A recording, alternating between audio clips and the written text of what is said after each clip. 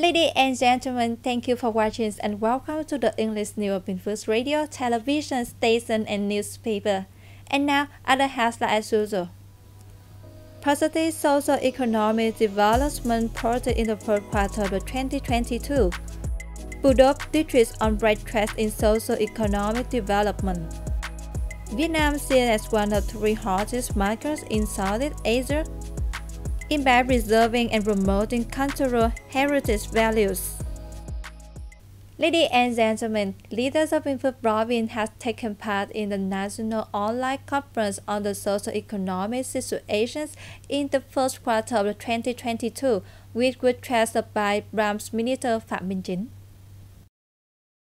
The Prime Minister asserted that the socio-economic situation in the first quarter saw many positive changes. GDP growth was estimated at 5.03% year-on-year.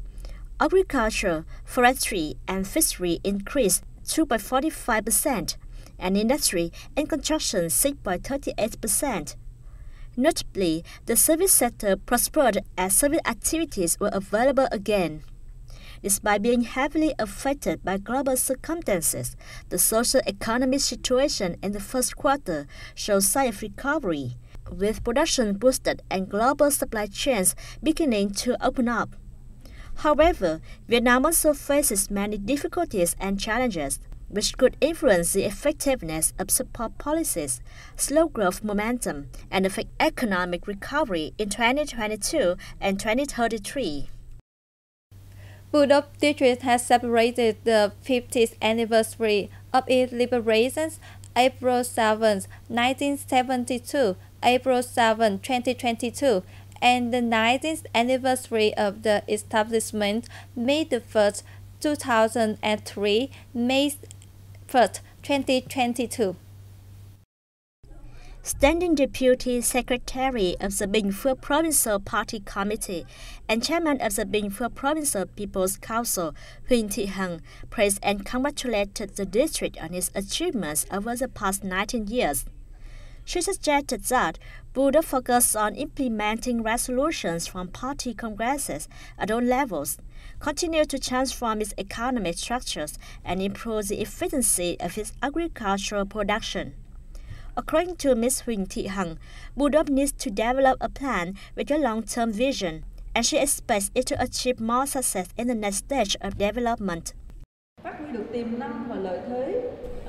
Budok district needs to promote its potentials and advantages to develop border trade as a locality with two border gates, pay greater attention to health and education issues, and ensure social security. Promote administrative reform, closely combine socio-economic development with ensuring national defense and security, and focus on building the party and a strong political system. On the occasion of the 50th anniversary of its liberation, the Party Committee, People's Council, People's Committee, and Vietnam Fatherland Front Committee of Budok District expressed their gratitude to revolutionary elders for its liberation and constructions. At the same time, they commended 14 groups and 21 individuals who have made outstanding achievements in patriotic emulation movements and in studying and following Ho Chi Minh's thoughts. The Bình Phước Province Construction Investment Project Management Board and the Lộc Ninh District People's Committee have held a breaking ground ceremony for projects to upgrade the Lộc Ninh Medical Center. The project is invested by the Bình Phước Province Construction Investment Project Management Board, with total capital of 50 billion Vietnamese đồng, and construction will be completed in 2024. The project includes the constructions of new areas for inpatient and outpatient polyclinic treatment on 4 floors, an area of 3,604 square meters, including medical examinations and testing departments and diagnostic imaging. The project will improve the quality of medical examination and treatment, providing full care for people's health.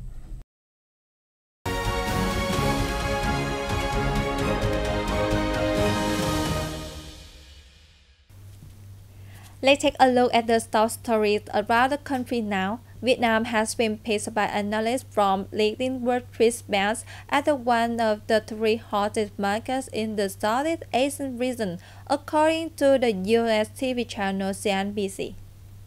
CNBC asked analysts of Goldman Sachs and JP Morgan Asset Management, whose Southeast Asia markets were the top picks, and received Indonesia, Singapore, and Vietnam as the answer. This Molo, a portfolio manager at JP Morgan Asset Management, described Vietnam as a star performer in the past few years in economic resiliency and growth. Earlier in the one-page preview of his forthcoming book, The Time-Traveling Economist, Charlie Robinson explains why Vietnam takes every box required to escape poverty, reach middle-income status, and converge towards development market wealth levels. According to The Economist, Vietnam's investment in education, the country's leadership, and its success in reaping the benefits of demographic dividend are the reason why the country is so favored by global investors. People from Perth to 6th grade in 30 districts and townships around Hanoi go back to school for face-to-face learning from the April 6 after a long period of online learning due to the COVID-19 pandemic impact. Under a document issued by the Municipal People's Committee on April 4th, schools in the capital are requested to ensure safety against COVID-19 and build plans to respond to the situation where COVID-19 infections are detected. Meanwhile, the steering committees for COVID-19 prevention and control of the districts are authorized to consider the suspension of direct learning to ensure utmost safety for students in case infections are found in classes and schools. The People's Committees of districts and townships are responsible for making decisions on the organization of direct learning in line with the real pandemic situation, while continuing to improving capacity for school medical forces. The conservation of cultural heritage has been a major concern for the ranges and localities in Yên province over recent years.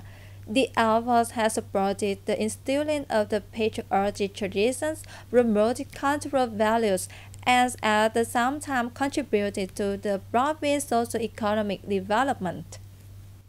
The tomb of patriot Nguyễn Thái Học and soldiers involved in the Yên Bái uprising was recognized by the Ministry of Culture, Sports and Tourism as a National Historical Relic Site in 1990. After a long period, restoration of the site has now been completed, and despite COVID-19, has attracted a lot of visitors since the beginning of 2021. Having been assigned by the province and the city to take care of our relic site, we feel honored and proud and are very much aware of our responsibilities. Despite being affected by the pandemic, we have still welcomed guests on local and national holidays.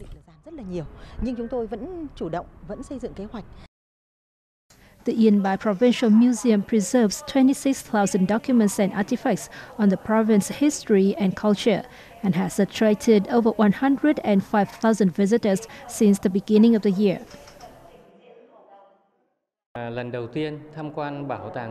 This is the first time I have visited the museum.